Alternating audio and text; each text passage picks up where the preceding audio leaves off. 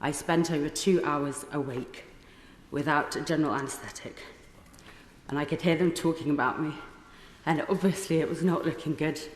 An MP speaking in the first ever debate on birth trauma in the House of Commons, or a mother reliving her memories of a medical emergency on the day her daughter was born. It was the most terrifying experience of my life. I genuinely thought I was going to die. The Conservative MP for Stafford, Theo Clarke, is leading a cross-party inquiry to investigate birth trauma when parents suffer physical or emotional trauma due to childbirth.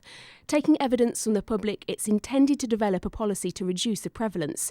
Research suggests it affects 30,000 women a year in the UK. I hemorrhaged all day. They took me back to theatre to save my life. I came round and the nurse said to me, "You're a very lucky girl to be alive."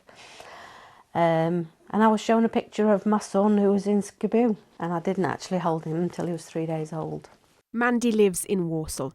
Her son was born via emergency caesarean 23 years ago. Approaching his first birthday, her mental health reached a crisis point. She was diagnosed with post-traumatic stress disorder. I used to sit and cry when the children were asleep for their afternoon nap.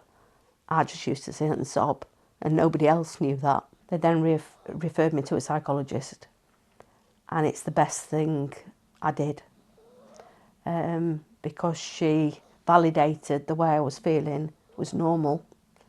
The available data suggests that 1 in 20 women are formally recognised to suffer from post-traumatic stress disorder following birth.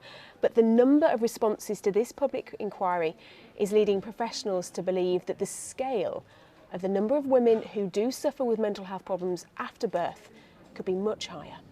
A lot of them, like me, which I call functioning trauma, it's a silent pain that we deal with. So we might be doing all the stuff and then crying ourselves to sleep at night.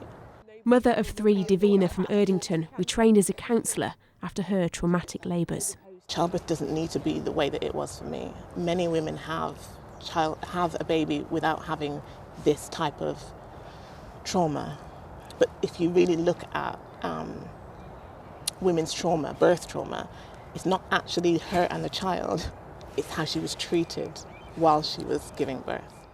The Birth Trauma Association, which is processing the inquiry, received more than 1,300 submissions from parents. Some of the saddest stories we've had have been from dad. There's a medical emergency and they don't know what's happening, and they think they might be going home without either their wife or their baby. You know, that it's a really frightening experience for them.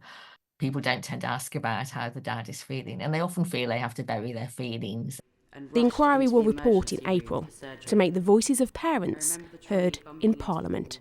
And the medical staff taking me into theatre and being slid onto the operating table.